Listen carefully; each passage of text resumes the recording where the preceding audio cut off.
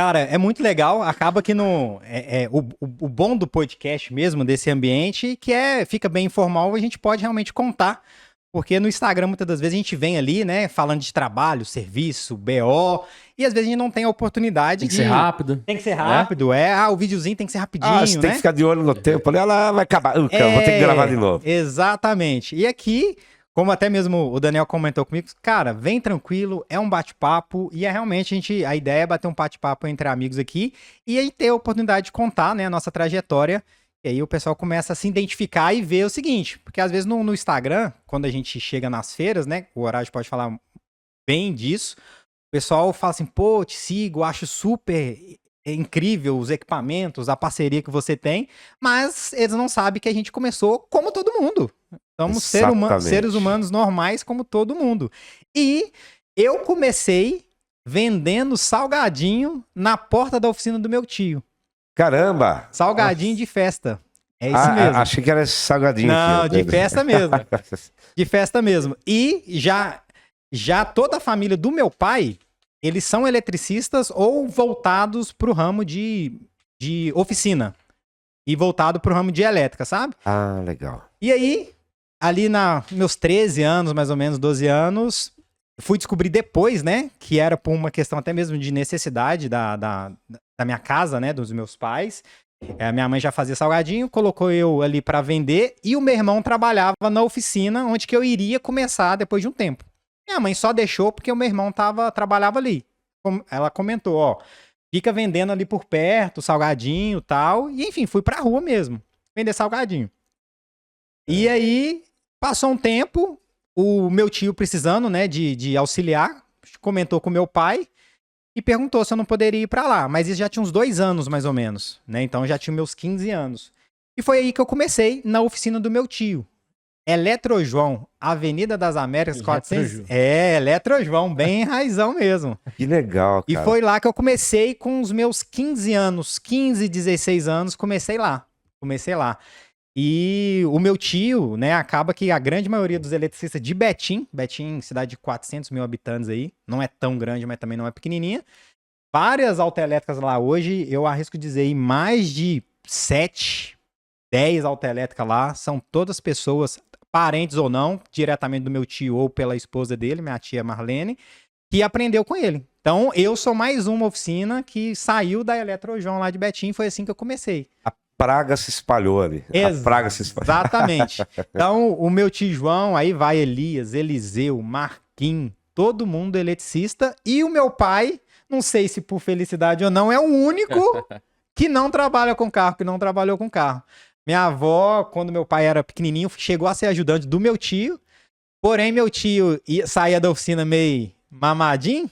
Aí ficava... Esse é dos nossos. Aí ficou com medo do meu pai ir lá, sabe? Continuar com ele. Aí eu falei assim, não, você não vai continuar indo lá e tal. Aí acabou que meu pai foi para outros ramos, mas aí quis o destino. Depois de vários anos, o filho dele foi lá pra oficina e eu vinguei. Eu acho que vinguei, né? Deu certo. Deu certo. E estamos aí com a nossa oficina, que já tem agora, a gente já estamos indo para... Deixa eu ver, nós começamos em 2014, estamos indo para 12 anos de oficina própria, a minha oficina. Bacana. Depois disso tudo aí. Que legal. E foi assim que a gente começou.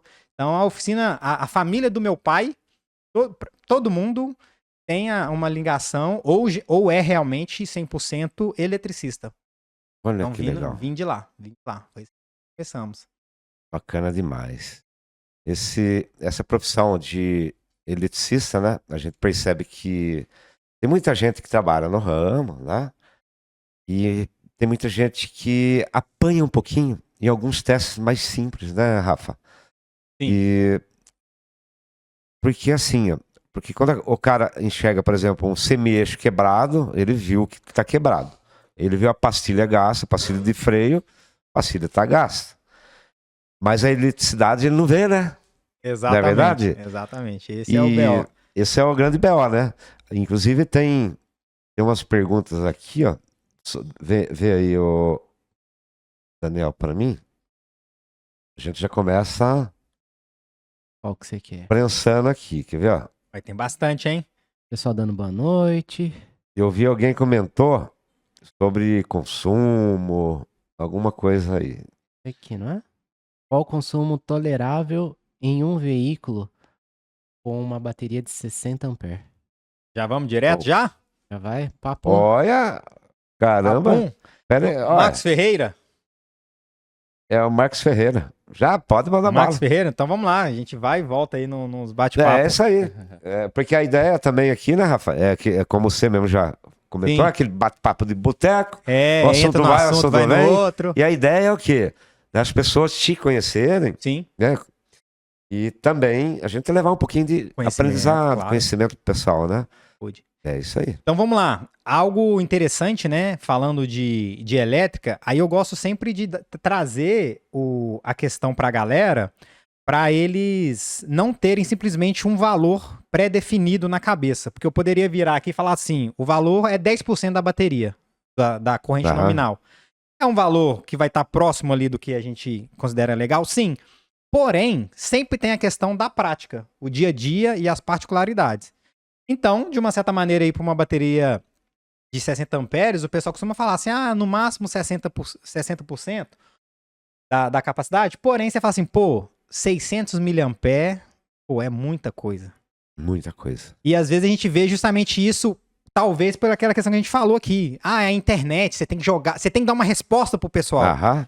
E então vamos lá. O que é o interessante? A gente até mesmo passar um valor que a gente passa nos nossos treinamentos, mas Sim. sempre depois trazer o seguinte: analisa o contexto do carro. É isso aí. Porque uma coisa a gente está falando com um carro hoje mais novo, que na hora que você desligou a chave, tudo desliga. Se você deixar a porta aberta, ele vai desligar a luz de teto, ele vai sair desligando um monte de coisa. O consumo vai lá para os seus 20 miliamperes de um Exato. carro original mais novo, sem nada. Que seja, exatamente. Né? Não, pode continuar. Porém, se a gente estiver falando com um carro, que é da maioria dos brasileiros hoje, né, que talvez que vai chegar na nossa oficina, que o cara colocou uma multimídia, que o cara tem fez uma adaptaçãozinha ali, que o carro não passa por uma central de conforto para desligar as coisas, aí a realidade é outra. Não é isso mesmo, Moraes? É perfeito, é isso aí mesmo. Então, primeiro tem que conhecer a tecnologia do carro ali, né? Se ela tem uma tecnologia, é inteligente o sistema para desativar, Isso. né? Ou porque às vezes o cara quer comparar o consumo de um BMW com de um Palio. Né? Isso. Mas, por outro lado, a tecnologia que tem no BMW, você conhece ela? Tem BMW, por exemplo, que são muito inteligentes, o Mercedes, o Audi, seja lá, né? Que carro, que marca for e tal. Mas depende de cada modelo, depende de cada conceito daquele veículo ali, não é isso? Isso. Aí, feito essa introdução na resposta, né? Porque você vai ter que levar Sim. pra você não simplesmente pegar um valor que eu venha passar pra você aqui e falar assim, não, isso é regra, porque senão você vai correr dois riscos. Se você simplesmente tiver uma informação e falar assim, pronto, o Rafael falou que é 100 miliamperes. De duas uma, ou você vai fazer um diagnóstico errado na questão de um falso positivo ou um falso negativo, que é, se o carro da pessoa, ele roda com o carro 2 vezes por mês, se o carro tiver ali os seus 120 miliamperes de consumo, você vai ter problema. Você vai ter problema. Porém, se for um carro da maioria dos brasileiros que vão trabalhar todos os dias, até 120 miliamperes, Vai embora. tá legal. É um roubo de carga? É um defeito? É um defeito, mas não vai causar defeito no carro. Não dá tempo de descarregar a bateria também. Tinha Exatamente. Por que eu gosto de falar isso? Porque, literalmente, você ter o conhecimento. Porque, senão, o cliente questiona um problema do carro, você faz o teste de consumo e tá lá, 110 miliamperes. Você vai virar pro cara e falar assim, você tem um problema, nós temos que corrigir. Mas não é o defeito do carro. Que aí entra a questão do mexi no carro do cliente, fiz ele gastar dinheiro, mas o carro continua com o mesmo problema. Perfeito. Então, dito isso, o que eu levo como regra pra mim, falando de uma oficina de dia a dia, tá? Pega o histórico com o cliente. O que tá acontecendo com o seu carro? De um dia pro outro ele tá descarregando? De um dia... velha história daquela entrevista. A gente pra cansa de tudo. falar, a gente Olha que cansa de falar. Anota, bota numa prancheta, vem anotando o que o cara tá falando. Porque faz no carro. Aí pergunta pro outro cara, fala, peraí, a resposta que ele deu é daquele carro ou é do outro? Não Faz lembro. sentido, né? Anota, O porra. defeito que eu achei faz sentido? Exatamente, né? Porque, cara, senão o cara fica perdido, né? Isso é pra tudo, a entrevista é pra tudo. Então, falando aí de um carro que a pessoa vai rodar, que vai ficar no máximo 3 dias parado. até 120 amperes para uma bateria de 60 amperes, dá legal. Mas já é um problema, já tem algum consumo no carro, tá fora do padrão original. Tá fora do padrão original. Agora você fala assim, Rafael, eu quero saber um valor para o carro não ter consumo nenhum. A média que eu vejo lá é abaixo de 40 mAh. Carro original, sem consumo nenhum, sempre vai ser, você pegar aí um carro mais novo, um HB20, enfim, carro mais novo aí, 2015, 2020 da vida, você vai pegar ali 20 mAh, isso sem nada. Mas, se o carro for rodar, ficar uns 2 dias no máximo parado, até uns 100 mAh, o cliente não vai ter problema, não vai ter chabu nenhum. Se tiver um defeito no carro, não vai ser esse. Não vai ser. Mas, né? Esse que é o bom. Exatamente. A gente falar, porque, eu encontrei um consumo, Aham. mas não é o defeito do carro.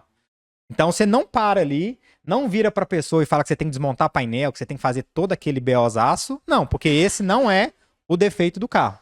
Então, espero ter respondido não só diretamente, mas também trazer uma informação mais ampla, né, pra galera. Perfeito, Rafinha. Inclusive, a gente tem, até a Ana lembrou de trazer aqui, a gente tem uma rotina da triagem, né, que muita gente Uau, que usa legal, ali, hein? né? Então, a gente tem todos os testezinhos aqui pro cara chegar no defeito, né? Depois você dá uma olhadinha também. Eu acredito que, claro, a gente forma... Bem completo, totalmente completo. Aqui tá ele tem dos dois lados, eu não sei se tá... Não, Só não tá. tem mais Só umas tá. duas Foi só folhas, na uma verdade. demonstração aí, Sim. né? Mas claro, né? O Rafa tem o processo dele, o procedimento dele, eu tenho o meu, mas todos eles têm o mesmo objetivo, né? Como muitos de vocês também têm, né, pessoal? Claro. E aqui, como você pega todos os parâmetros, você vai... Aí entra a questão da experiência, Isso. de você falar assim, ó, essa queda de tensão que eu encontrei no negativo tá associado ao defeito que o cliente tá perguntando? Perfeito. Porque o que mais acontece de chegar na oficina é o seguinte, independente de qual que seja o problema, já troquei de tudo. Tá, mas você trocou de tudo, aí às vezes a pessoa chega falando mal do outro profissional. É o que a gente mais ouve, né? É o que a gente mais ouve. E eu viro pra pessoa e falo assim, tá, mas uma coisa é, ele trocou porque precisava realmente, mas às vezes não era o defeito, ou às vezes, aí sim, se você trocou uma bobina sem ela tá ruim, né, você trocou uma bobina, ela não tava ruim, o cara trocou no achômetro e não teve ali a honestidade de destrocar. Mas o seu carro, você tá me falando que ele de vez em quando morre, sei lá, ele de vez em quando dá um problema que não tem característica da bobina. Aí você testa a bobina e ela tá ali com residual bem fraquinho. Mas não tem a ver com o seu defeito. Vamos dizer assim, né? Que o residual ali... Sim. Você precisa trocar? Precisa, mas não é o defeito. Mas não é o defeito. Que é aí que entra a questão, né? De você Exato. Perfeito. faz a análise, mas tem a análise ampla da questão. Ó, agora que a gente chegou no defeito do seu carro, que é o antifurto que tá cortando, que é só esse fio... Para o seu carro ficar perfeito, a gente também precisa resolver a queda de tensão do negativo, porque se você pegar uma estrada, ficar 2 horas com o farol ligado, a sua tensão tá ficando abaixo de 13,5, você vai ficar na mão e ainda assim, provavelmente seu consumo tá um pouquinho alto, não tá? Então, é o residual da bobina, e ele tá um pouquinho fraco, então vamos aproveitar. Além da manutenção simples no cabo, vamos também fazer uma manutenção, né? Colocar os terminais de bateria da Ricar aí para resolver a queda de tensão. Pois é. Vamos ainda assim trocar a bobina. O cara fala assim, pô, beleza, eu vou fazer 3 serviços, mas esse daqui é o meu problema. Esse daqui é porque ele me mostrou que realmente precisa. Isso que é legal, né? Desse conhecimento amplo, né? De toda a situação, né? E aí, gostou do corte? Então já aproveita e nos siga para não perder mais nenhum, hein?